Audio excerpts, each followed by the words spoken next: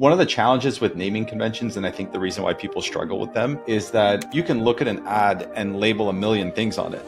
People are like, okay, well, what do I label? Like, really, naming conventions are an exercise in like, which creative elements do we want to test? And like, that's not easy. If people don't have the repetition of being able to do this for a long time, they don't know. They're like, okay, these are these 8 categories. Like for you guys, it just kind of comes natural. They're like, all right, we're going to try this persona and this angle and this format and like do a lot of these. But for newer brands who are just trying to understand like how creative strategy works, it's challenging to think about what are the different categories of naming conventions that matter. Because the other thing is like, that's why we went with 8 and not like 100, because the things that matter are actually few. And then there's a lot of different experiments that you could do in messaging angle or intended audience or visual format. But yeah, it's really grounding to help people understand like what's the right experiments to try next. And then once you had that going in, then when the data starts to pour in, then you're like, okay, great. Now I know what's working and what's not working. So yeah, it's very, very, very important. And our hope is to eliminate naming conventions for everyone. I think for smaller brands, we're probably most of the way there. For you guys and large brands, we're introducing a more kind of custom tagging functionality where you'll be able to prompt it to a little bit to like describe your own category or values and allow you to kind of steer the AI a little bit with regards to how it edits. But no one should be doing naming conventions the way that we've been doing it for the last 5 years. That seems nuts.